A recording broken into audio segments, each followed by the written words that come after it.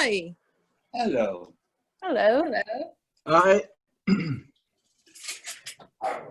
Come back. Hi. Hello. Oh, what a lovely scarf. Oh, where did you get that?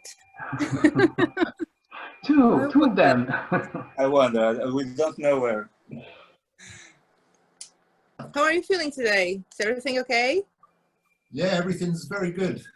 Yeah, Perfect. a bit tired after last night. That was something else. Unbelievable. It was a good set. Worse than a gig? We saw you leaving the party. Yeah, Naked. Yeah. You couldn't walk anymore. I was trapped.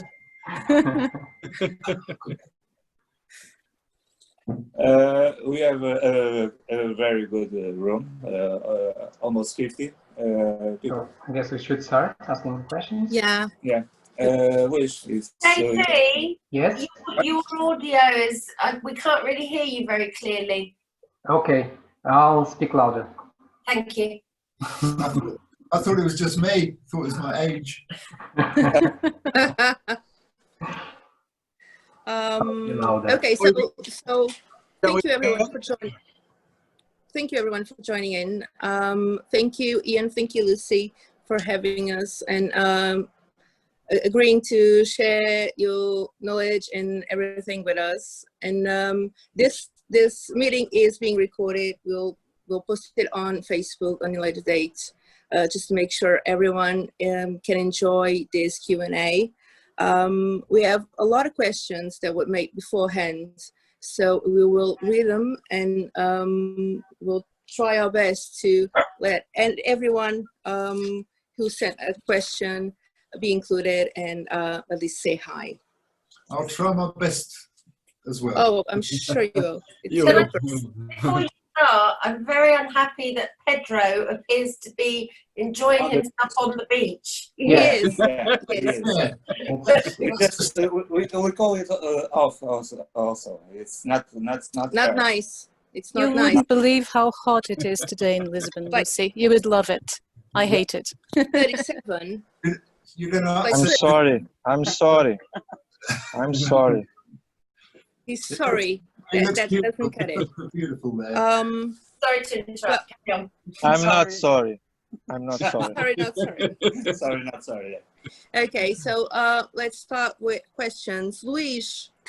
Okay, you're up. the first question was made by me, by the way, and it's to Jan. And the question is: despite being in the more ardent position on stage, can you feel the public reaction during the gigs? And for you, of course, which was or is the best Muriel audience in your opinion? Oh, yeah. I mean, what's good about sitting behind a drum kit is that I actually have a complete panoramic view of everything, and I see everything that's going on. Yeah. Just about, anyway. I can't see behind me, of course, so I don't know what the crew are up to. But yeah, so I really do see everything that's going on, and I'm very aware of the audience. It actually not so much in the last few years, because I have in-ears now, or I'm wearing headphones. I've got click tracks and all sorts of stuff going on. So sometimes I can see an audience and I think, what are they up to? And I'll just lift my cans away, my earphones away, and listen. And so, you know, I can hear everything really. But the best audiences, gosh. That's a tough one. It's a tough one. Portugal, do you think I should mention? No. If you mean, you can say it, but I think If you say it, we'll believe it. But it does vary from country to country. But I mean, the conventions that we did in Portugal were one of the best audiences we had. I mean, in fact, I think the whole band was really pleasantly surprised at the reaction and how well it all went. I mean, it was just brilliant.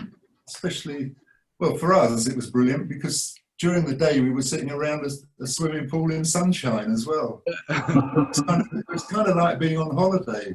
And then except we had 8 hours of music to try and remember. But I'd say, yeah, Portugal's up there. Probably the audiences in Paris actually are really very passionate. To be honest, our audiences worldwide are they're just amazing. They really are. So yeah, they're all wonderful. I mean, I'm not just saying that. They really are. I mean, before Muriel, I was in bands that you know, we used to dream of getting an encore. And with Muriel, even if the band think we played not so great, we'll still get an encore because the fans seem to be there to just enjoy it. Yes, that's true. Okay, thanks, Ian. Now it's Jose time to I will read the second question. It's from João Fernando Costa, who is here with the wave, João. The question is a technical one. Why did you stop using 2 bass drums in your drum kit? Why did you stop using 2 bass drums in your drum kit? Well,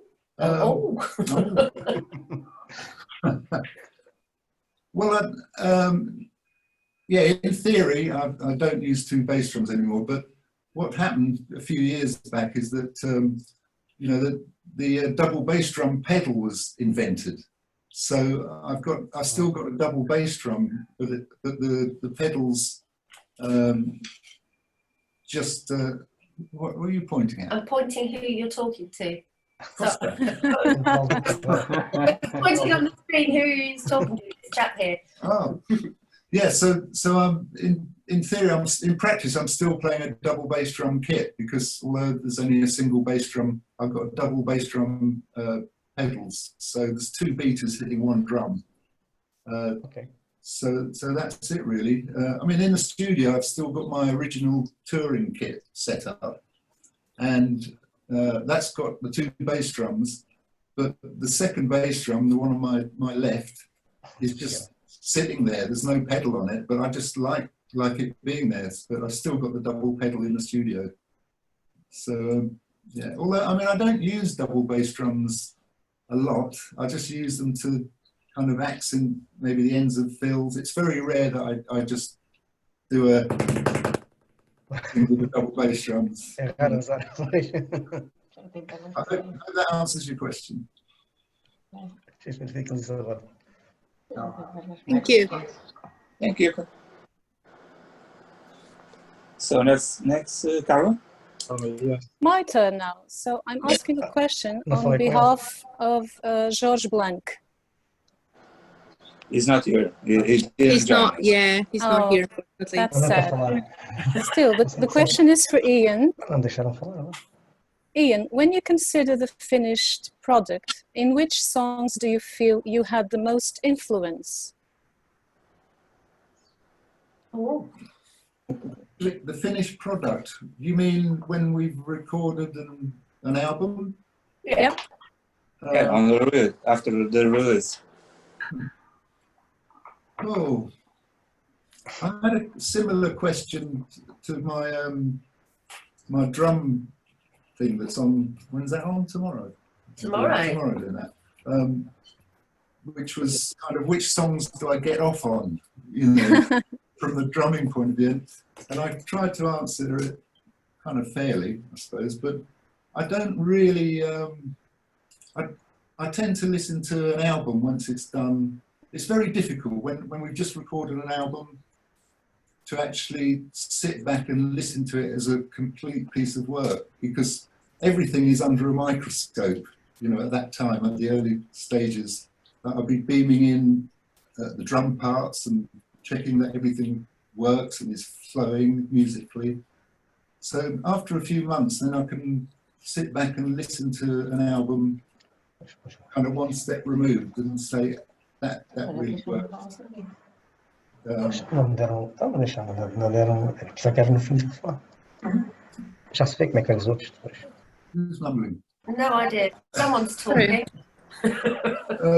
So, I mean, it's very much the 5 of us, you know, make a kind of equal contribution, really. and we all try and aim for the same thing, to complement each other in the studio, and my job is to try and complement whoever's soloing, or if there's a melody, just to try and make the music flow. Good answer. Does that answer your question? I think it does. I don't know. Thank I you. don't know what the question was.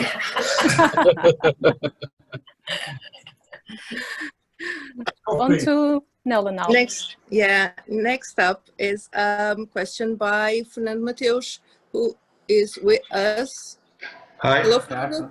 Hi. Hi. Fernando wants to know which band member do you feel closer to or have more complicity with? Who do you feel more at ease with? Musically or personally? Fernando. Both. Actually, I mean, I hate them all, really. So, Take them all equally. we all have our own little quirks, but I don't know. I feel close to all of them, really. I mean, we've all got. We all have a very similar sense of humour, which I think is very, very important to have a sense of humour in this business. Anyway, being in a band, you have to have a sense of humour. But I don't know. In the early days, me and Mark used to be a bit of a team. You know, we used to hang out quite a lot and do daft things. Pete, I feel really close to, because Pete's a 24-hour musician. He, you know, I could call him now and say, Pete, do you fancy having a jam or doing something? He'd say, yep.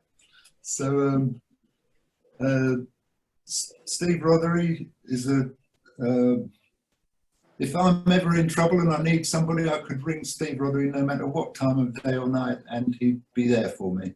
So Steve H, we do enjoy each other's company. We have quite a laugh. I can't even repeat what stuff.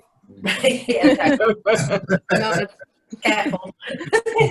Your wife is there, so be careful. No, we have a lot of fun together. So, you know, but it's still always a fine. Being in a band, it's still a fine line, really, between, you know, it's a kind of Spinal Tap situation. Something ridiculous can set off something and make things go horribly wrong. That's why you need the sense of humour. Okay, thank you. Thank you. Right now it's my turn. I'm going to make a question that was presented by Pedro Soares. He is also not joining here today. Is the other half of the Natural Strangers that are going to do our gig tomorrow afternoon.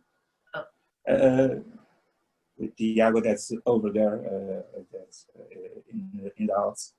Well, but yeah, Pedro asked us, if you could, Ian, if you could just share a couple of funny, unforgettable or stressful events on tour. Could you share a couple of stressful, funny or interesting moments on tour? Yeah. We are all under over 18, so no problem. Well, again, sense of humour is required, especially on tour. The most recent stressful event happening, I should imagine, was either last year or the year before. We had a gig in Essen in Germany. Oh, yeah.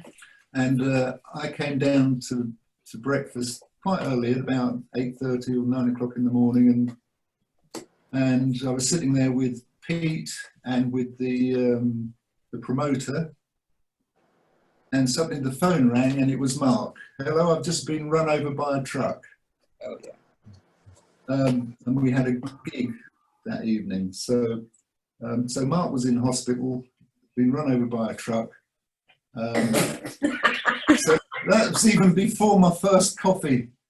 So that was really funny because Ian phoned me and I was still asleep, and I picked up the phone and went, "Oh," and he said, "Oh, Mark's been hit by a cement truck." And I just started laughing, and I said, "Is he alive?" And he said, "Yeah." I said, "All right, I'll go back to sleep and I'll deal with it in a minute." But yeah, that was really stressful. I mean, we actually still did a gig. We kind of got an impromptu set list together and did a gig, and we managed to get a keyboard player to stand in for Mark.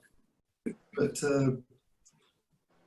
it was quite traumatic, and I remember being on stage thinking, I mean, we did a good job, I think the gig was good, but we all really did miss Mark. Suddenly I thought, actually, Mark's quite valuable. Plus Mark is what I call mission control, because Mark controls a lot of the show from his keyboard rig and from the computer. So, you know, he generates those things I was talking about, like click tracks and loops and all sorts of stuff that are generated from Mark.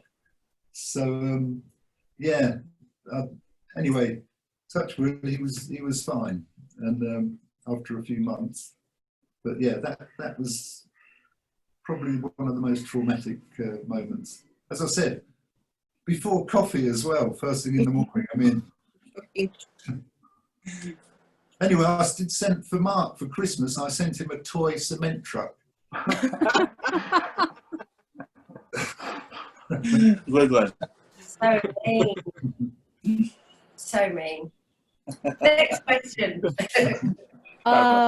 Next question comes from the middle of the Atlantic Ocean, Eduardo Franco. He would like to know, as you love birds, is there any chance for you to be a part of the racing pigeon sport anytime soon?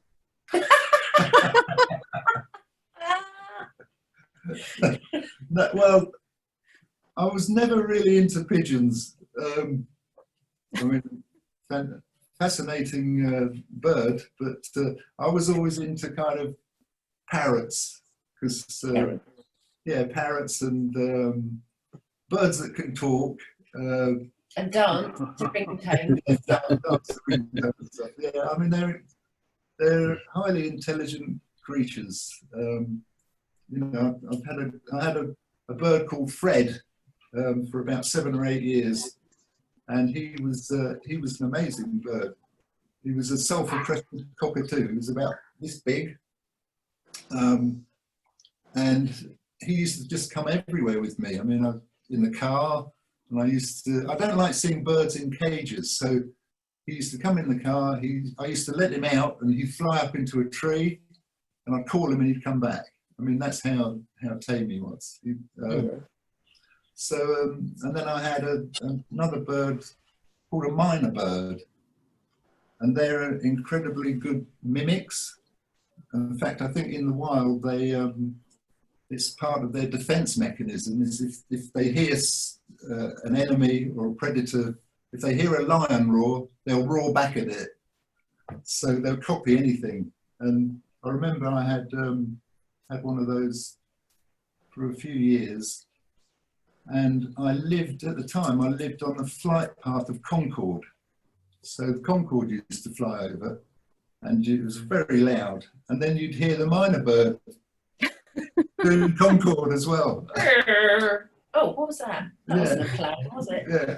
And then when I was living at my parents with the minor bird, he used to, my mother's name was Joan, and my father would be calling my mum saying, "Joan, Joan," and the minor bird would be going, "Joan, Joan." So, I find them very humorous and you know, great pet. Yeah, I might get another one day. Okay, next one. Next, I will ask a question on behalf of Tiago Barbosa, who is with us. The amazing singer, Tiago, will sing tomorrow on the Natural Strangers gig. He would like to know your memories on 2 particular gigs. Your first gig with Muriel and your first gig with H as frontman.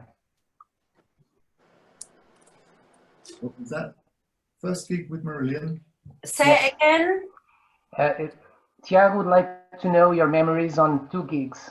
Your Two first gigs. gig, yeah, 2 gigs. Your first gig with Muriel and your first gig with H as frontman. Oh, your first gig with Muriel and then your first gig with H as frontman. Have you got any memories? Asking the band their memories on anything is usually quite tricky. Why? Well, they can't remember what they did yesterday. Remembering a long time ago, it takes them a while for their brains to click round. Said with love. Who are you? Lucy. Do you have any particular memories? I remember the first gig with Muriel. I can't actually remember where it was. I think it was a university somewhere. But I do remember I was quite nervous because we hadn't rehearsed very much. And but what I really remember is sitting behind the drum kit, and we started, and the audience reaction was phenomenal. And there was just some kind of chemistry, some magic, and I just I thought, this is what it's about. You know, I always wanted to be in what I call a real band. Oh. Yeah. That was a weird noise. Indigestion. Cement truck. Truck. Yeah, over the years, you know, I've done a lot of session work, and I've done, you know, usually it was an album for somebody, and then we tour the album with Steve Hackett. I toured a lot, but it still wasn't. I mean, a great bunch of guys, but it still wasn't what I call a real band, because usually, you know, all the responsibility was on that person. Like with Steve Hackett, all the responsibility was on his shoulders, and the rest of us were just employed as sort of session musicians, I suppose. But so when I joined Muriel, that first gig, I thought, this is special. This is what it's about. For me, it's a real band, like us against the world. And so I just knew it was special from that moment. That's why, and when they asked me to join officially, I think they said, Ian, I was on a tour bus, and I was at the back of the tour bus, and John, the manager at the time, came along and said, Ian, the guys would like you to join permanently. And I said, I was winding him up really. I said, I can't afford it, John. You don't pay any money at all. And so he went down the front of the bus and came back and said, everyone's had a pay rise. I think it was £50 a week. And so the boys really loved me for that, because everyone got a pay rise. You know? Memory of your first gig, right? First gig with H was actually the first impromptu gig with H was that we were recording the Season's End album, and we had a local pub that we used to go to, a tiny little pub. Crooked Billet. Yeah, the Crooked Billet. And we decided to do a gig there. And so that was actually H's first gig. And I can't imagine what he went through, because it must have been absolutely terrifying, because the gig was so small, and the audience were, if I'm H, the audience were here. I mean, there. And but he did an amazing job. And then the first big gigs we did with Steve, I think, was probably in Rio. We did from a pub to a 60,000 people gig. 60,000 people, yeah. Yeah. The Brazilians do like to have a good time, and but it was that was they were amazing shows. And for the band, I mean, I remember we arrived in Rio in the middle of the night, and I remember going to my hotel room, going to sleep, waking up, and it was a very nice hotel, and I pressed the button and the curtains came back, and there was Sugarloaf Mountain, the beaches, Copacabana Beach, and it was like waking up in a James Bond film. In South Africa. Oh, that's Table Mountain. Ignore me. So Steve, so we did one gig in Rio, and then we had 10 days off before the next gig. So we were out in the sea on boats, and so that was Steve's, I think Steve's first big gig with us. But Steve, he climbed up the PA system at that first gig. And it was a big, big gig. And we just thought, oh my God, he's not going to be with us that long. Nutter. But so that was one of the first gigs with Steve. Thank you. Pleasure. Hello. Hello. Next question. Next one. Please. Okay. Oh, Yeah, it's me. Sorry. The question is on behalf of Luis Almeida. And despite you have already said and mentioned that the Lisbon sunny, what were the main reasons that had you decided to come back to Portugal for another Muriel weekend? And what did you enjoy most last year? Can I answer the first bit? Yeah, it's for both of you. For both. Question. Yeah. The first bit was I wanted to do a new Muriel weekend, and so I looked at all the countries, and obviously you guys at the Web Portugal had sort of been in touch and were a very good fan club, and I wanted it to be somewhere hot. You know, whatever. Fair enough. So we had the conversation, and I thought, you know, and then as you know, I came over myself to Lisbon, and you showed me around, and we went to all the different venues, and then we found the venue, and I came back and I had a meeting with the band, and I said, look, I've got a really good feeling that we could make Portugal work. We've found this fantastic venue, we found a hotel, the fan club is fantastic, and the band all said, yeah, let's do it, because they fancied going somewhere hot as well. So that's yeah, I mean, we usually, Muriel have got a tradition of touring Europe in November. Yeah. And it's usually wet and miserable and cold, so... Yeah, so they didn't need much selling at all. And then what did you enjoy about it the most? I mean, what I enjoyed about it the most was the sunshine. No, I loved the fact that when things went wrong, and they did, because it was, you know, our first one there, that you guys in the fan club got it sorted, and that all the fans understood that there was a problem, and nobody got angry about it. Everything got sorted. And I just felt, even though there were things, especially on the Friday, as we know, there were things going wrong, I actually felt very relaxed that it was all going to be all right. How about you? I wasn't aware of things going problems. Because we keep it away. A big beer problem, for instance. Oh, yeah, I remember that. Yeah, I remember. Yeah, you remember that. I mean, Beergate. Beergate. I mean, you set up a beer stall outside. Yeah. Amazing. So, yeah.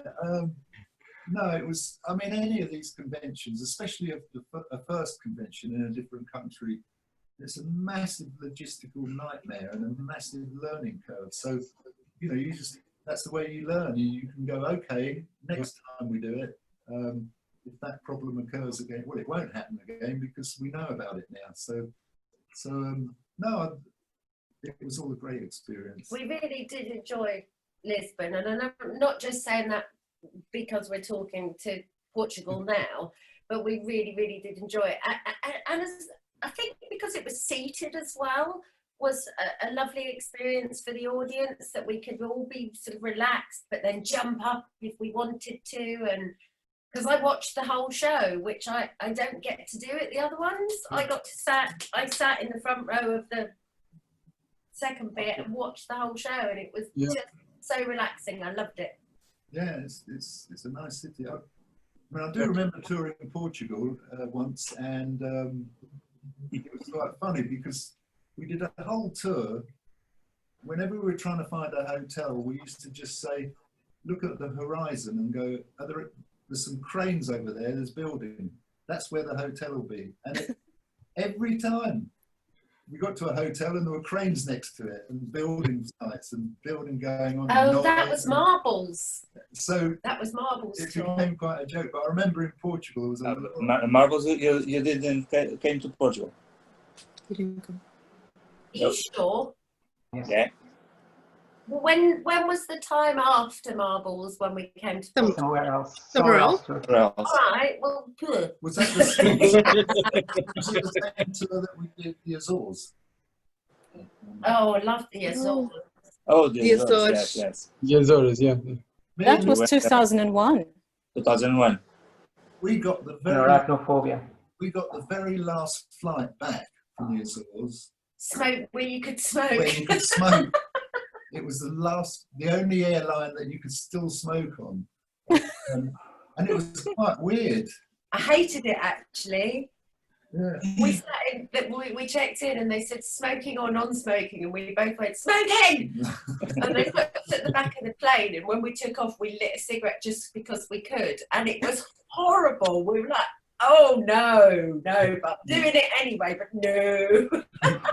It's strange. I mean, although I'm a smoker, but I still don't like walking into a room that's full of smoke. I go, whoa.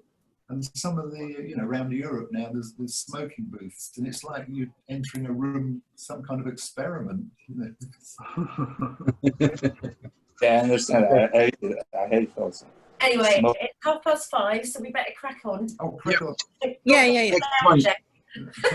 Yeah, next one is from Muriel, who is with us. Hello. I just unmuted you. Hello. Maria. Hello. And Maria wants to ask Ian, what is for you the most timeless Marillion song that could have been written now? And on the other hand, what do you think is the most dated Marillion song? Ooh. Okay. Doesn't mean they're not your favorite anyway. Either song could be your favorite. Yeah. Timeless. Timeless and dated. Timeless and dated. I mean, we have got some brilliant songs, that are timeless. I believe they're timeless. I never get bored of playing them. Now, which ones spring to mind?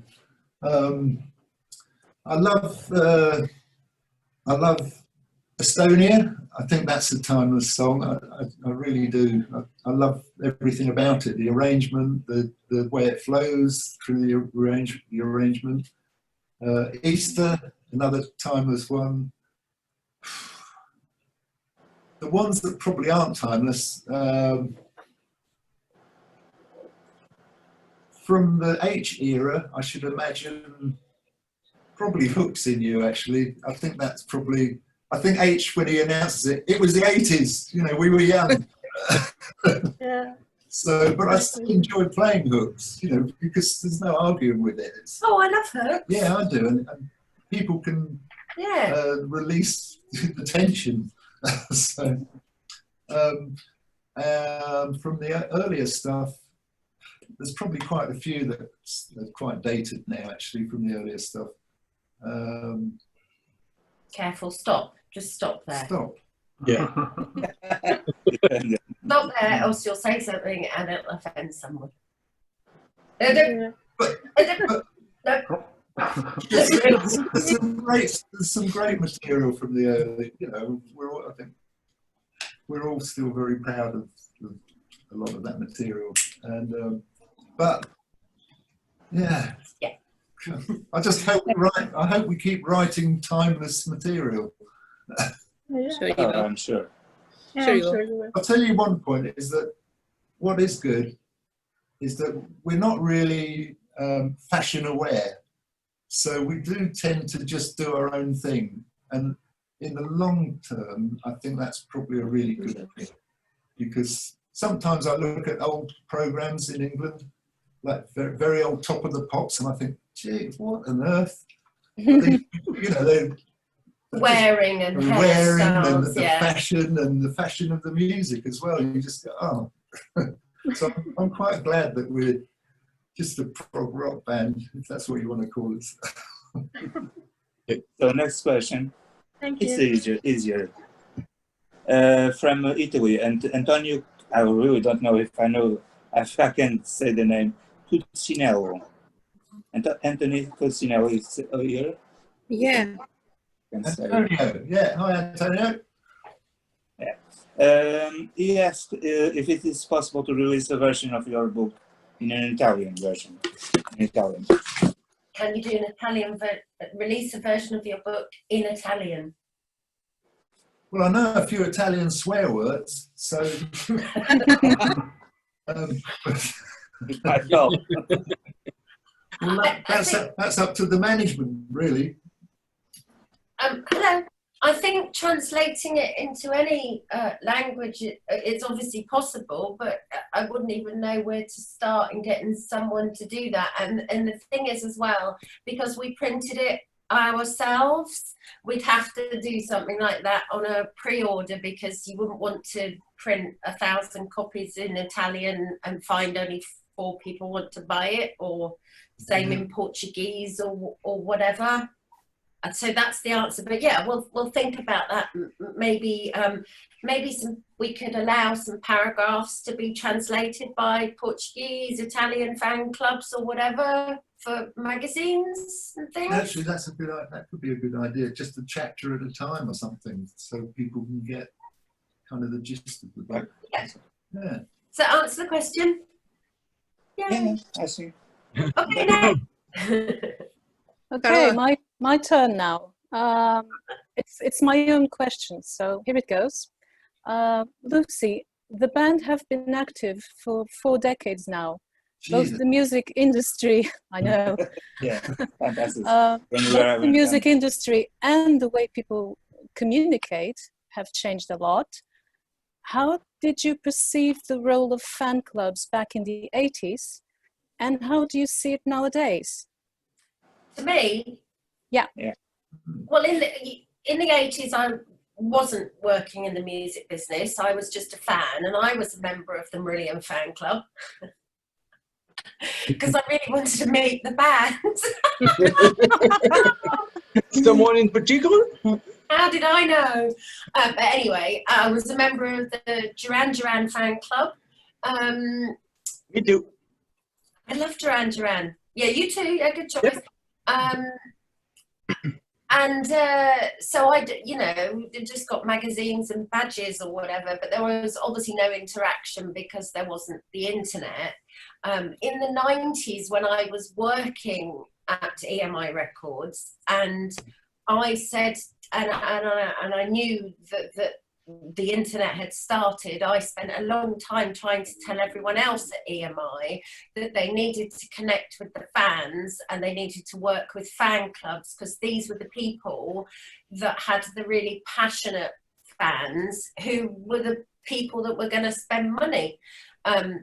Sorry, but that's the obvious thing. So for me, once I started working with Muriel, March the 27th, 2000, it was easy to go straight in there and say, right, we've got to work with the fan clubs, we've got to work with the internet, because these are the people that are going to pay our wages. So and that's become, pretty apparent over the years. I hope that answers the question. It does. Ian, would you like to add anything? Well, I mean, things move so quickly and so suddenly, with the internet, really. I mean, I do remember when I first joined the band, the fan club, it was quite good fun, actually. I was going to tell you a story about it. I just remember I can't because it's I just can't. That's all right. Sorry. But yeah, you know, the Muriel fan clubs all around the world are so passionate, and I mean they're the thread that holds everything we're doing now together, really. I think. That was me. Well, yeah. Lucy, all right. Lucy is the only person that really knows what's going on. You know, the band tend to live in their own kind of bubble, if you like. We just carry on and do stuff, and Lucy talks. Oh yeah, so. oh yeah. He will remain unnamed, but literally 4 days ago, one member of the band, when they were all in the studio and I came into work, and he said, Lucy, so this couch convention then, what is it? Oh my God. And the rest of the band literally turned around and went, what? We've been doing videos and emails and everything for weeks.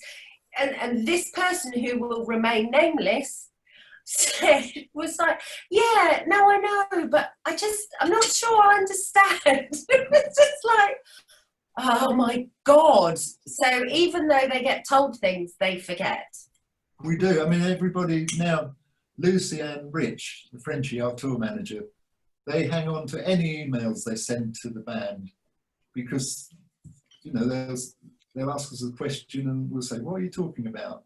So here's the email, here's your answer. Yeah, here's the email we sent you, here's the answer you gave, and we go, oh, I don't remember that. But that applies to everything. I mean, with Mike Hunter, our producer, you know, the way we write albums is to jam, and we've been jamming for a couple of years, and Mike will play us something and we'll say, that sounds amazing. What is that? Where's that? When did we do that? And he'll say, you did it last week.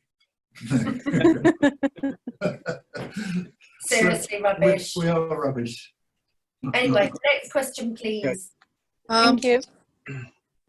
That's one question by me. That's my question. Ian, you have a very diverse set of influences from big bands and jazz, even Latin music from your book. Right. Yeah. How do you think these influences had a part to play in your career with Muriel? Well, yeah, you're right. I mean, I was brought up, I suppose, on, you know, my early influences with big band, jazz, you know, like the Buddy Rich band, Count Basie band, all that. And at school, I was in a jazz orchestra at school. And then at the same time, and the sort of parallel, I was really into bands like The Who and the Beatles. So I suppose I just listened to everything, and you know, over time, then I really got into, really big time, got into the whole jazz rock thing, which was bands like Return to Forever, which was Chick Corea, keyboard player. Some great bands, you know, kind of jazz musicians that were playing rock in a way, but jazz rock. So they were huge influences on me. And then I remember thinking I was pretty good. And then someone said to me, have you heard this band called Maravishn Orchestra with Billy Cobham on drums and John McLaughlin on guitar? And I said, no, I haven't heard them, but I knew of Billy Cobham, who was he's an amazing percussionist drummer. And I put this record on. It was called In a Mountain Flame. It was the first Maravishn album. And it just blew me away. I mean, I didn't understand it. What is going on here? And I locked myself away for about a year just to analyse everything and try to play along to it. And so all of those things were massive influences. And then the other end of it, I'd listen to, I didn't get into bands like Pink Floyd till I was late teens. So I started listening to them and realising that actually it's not just all about playing as fast as you can. There's much more, it's much more involved, you know, to a piece of music has to be able to breathe, and the melodies, and so everything's been an influence really. So all I say to any young musician or young drummer these days is you should just listen, because you learn, you never ever stop learning, which is unfortunate, but you never stop learning, but listen to everybody and take it all in. Great, thank you. No, you want to do the question that you have here, number 12? No. Okay. It's you. So, okay. It's me on behalf of Vasco Leiria, it's here with us. And the question is to Jan, and it's a simple one. What is the most difficult piece of Muriel music to play live?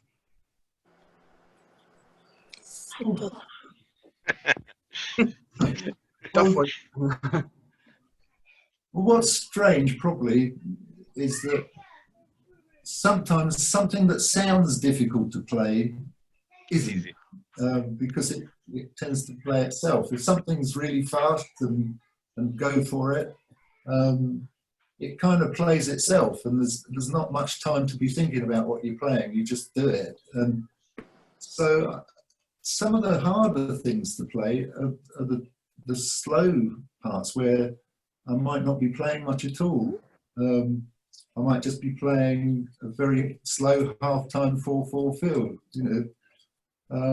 So it's a matter of trying to generate a nice feel and excuse me.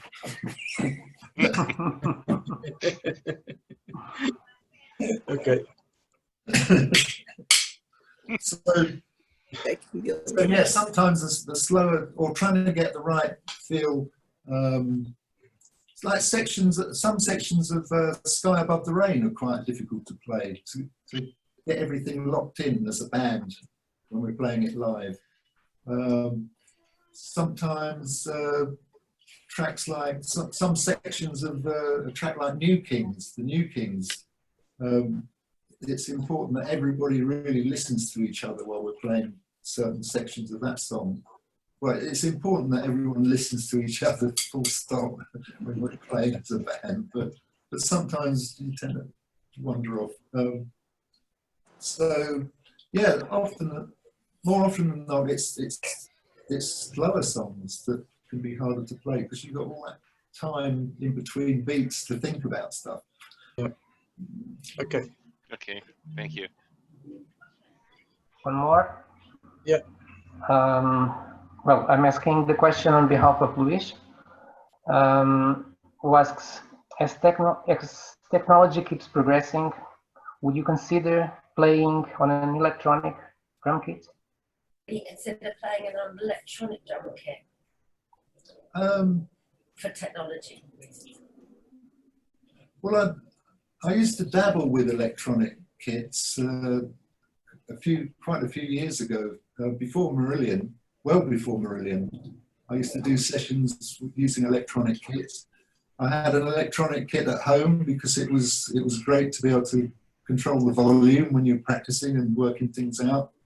But to be honest, I'm always much more comfortable sitting behind a real drum kit.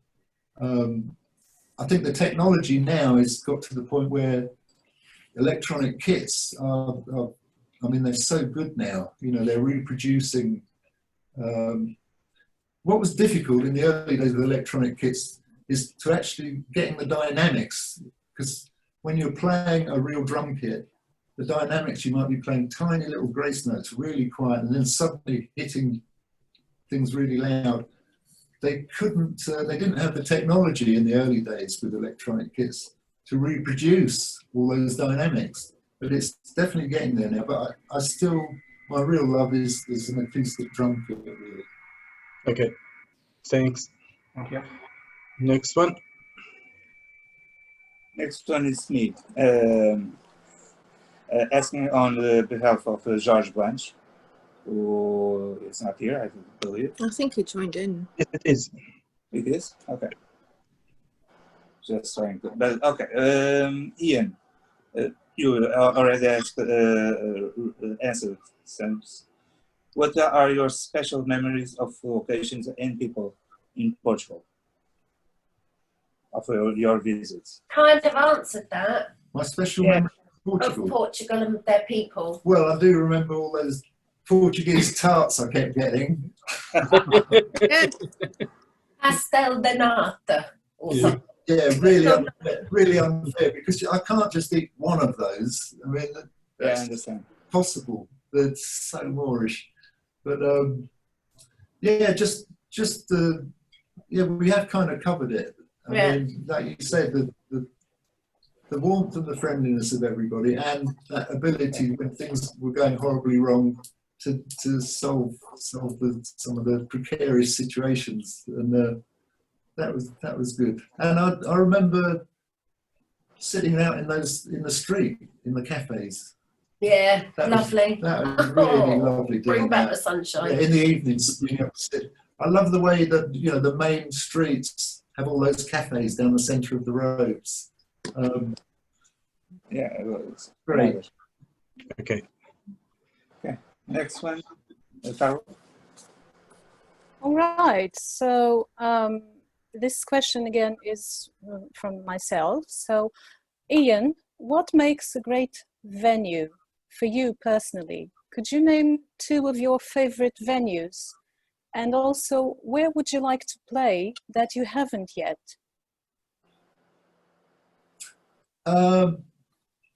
Favorite venues. I really love the Zenith in Paris. I really like that concert hall. Several reasons, because although it's quite big, it still feels intimate. And also I really like the acoustic sound of the drum kit in there. When I take my headphones off and I play the drum kit in the sound check, the kit sounds wonderful in there. So that's one venue. The other venue has a great drum sound, acoustically usually, is the Royal Albert Hall. That's another one. And what's wonderful about that place is although it's 4,000 or 5,000 people, everyone is, you can see everything that's going on, and everyone feels quite close, which is really a nice thing to feel that intimate in such a big venue. One of the other great gigs, I think H has mentioned it as well, is the gig in Mexico City. I can't remember the name of the venue. No, but that one. But that's a special place as well. I'd like to play somewhere in Mexico. Anything on your bucket list?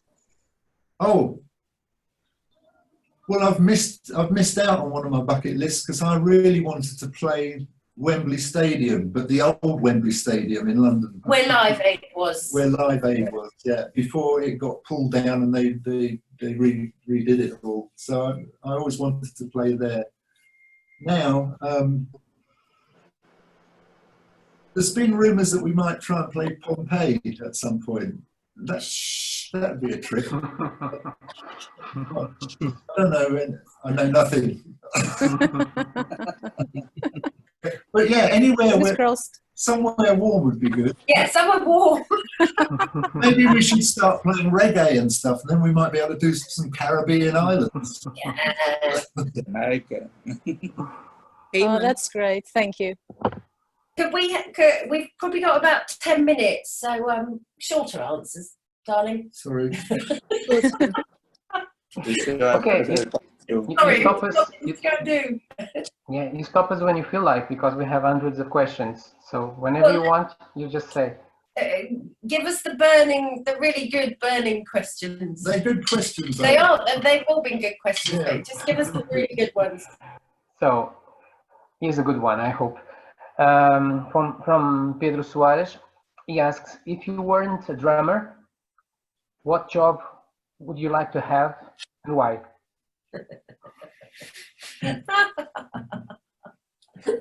You know, I've been so fortunate because I've never had.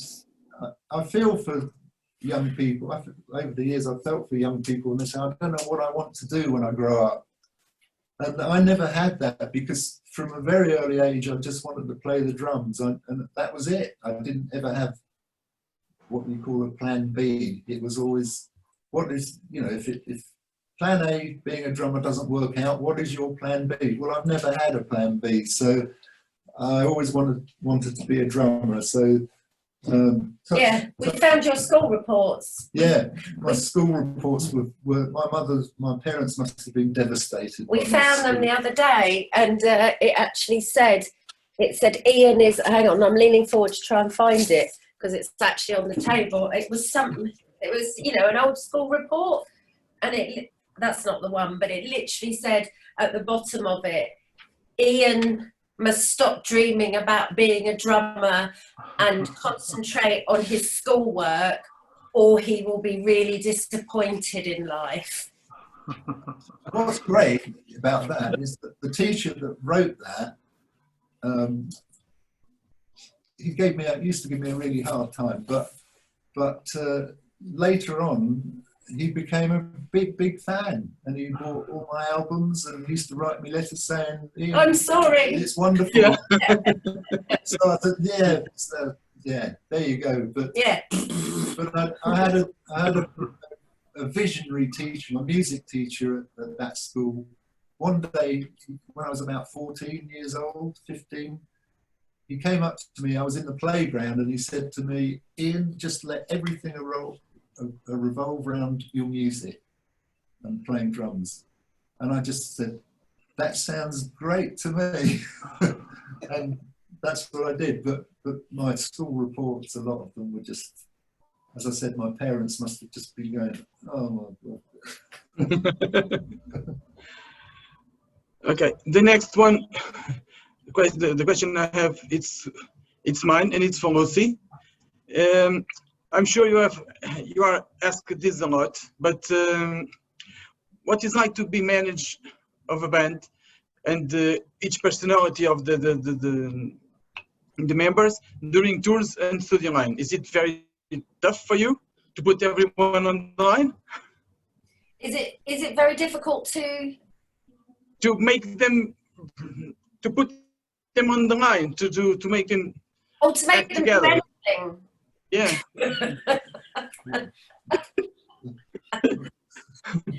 It's very hard to make the 5 members of the band do anything. I think to be, apologies to Tiago and any other musicians, I can't remember who's listening, but to be a musician, I think you have to be quite a child. Yeah, he said yes, me too. And it is 5, it is 5 children sometimes, and then other times there's it is very hard, but you know, sometimes they're incredibly professional, and then other times, honestly, I just want to do that to all of them. But you know, that's part of the challenge. I'm really glad I'm not the tour manager. Rich has the patience of a saint with the band. I would kill them, all of them, on tour.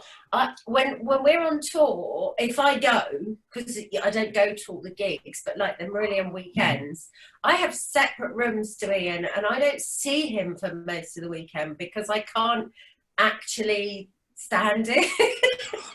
No, that's unfair. I have to say, no, what happened, I remember the first conventions that we did. Oh yeah, no, to be fair. And we were sharing accommodation, and I remember, you know, I had 7 or 8 hours of music to learn and try and capture in the remains of my memory cells, and I'd be sitting there practicing, and I'd hear Lucy arranging stuff, you know, for the convention, and she'd be saying, what's happened?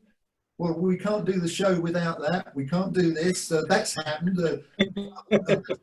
I'm going, I don't want to hear any of this. So from that point on, that's when we. Yeah, and also the fact that Ian was doing the gig and then going, straight to bed, and I was up till 2 and 3 in the morning talking to the fans, because I really feel that that's, you know, rock disco. doing rock discos and shit, and I really feel that that's part of my job. So I'd get in, and then Ian would be, you know, asleep, and so we're Marillion weekends, we're separate, which is good.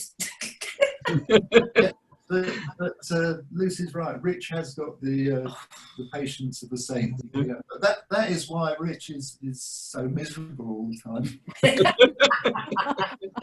he has to look after you lot. Yeah. Ian is totally different. When he's on tour, he's no longer my husband. He's a member of the band. I have to keep it separate when we're working.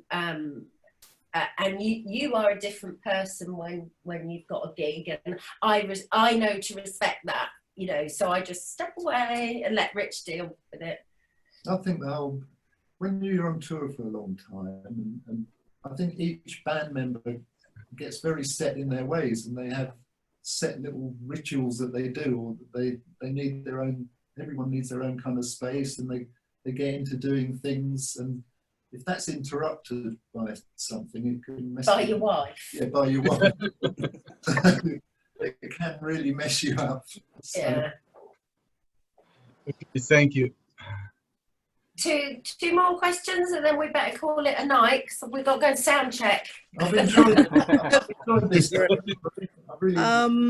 Yeah, I have one question for Lucy. You are a recognized manager, and you've received awards, your work has received awards, and you've been Marillion's manager for 20 years now. What do you feel changed in these 20 years, and what was your contribution to getting more women into the business end of the music industry? I don't think I've done anything to get more women in the business end of the music industry. There still isn't many women working in the business end of the music business. It still is very much a man's world, and that's fine, because it's whoever's best at the job. You know, if you're a man or a woman and you're good, fine. But sometimes it's still a bit too many men. At the beginning, I noticed, and it still happens a bit now, you know, when we went to venues and stuff, I wouldn't necessarily get the respect that I was due because I was a woman. It's like, oh, you're the manager of the band and you're a woman? And, you know, if I'm talking to people and they call me dear or love, I'm like,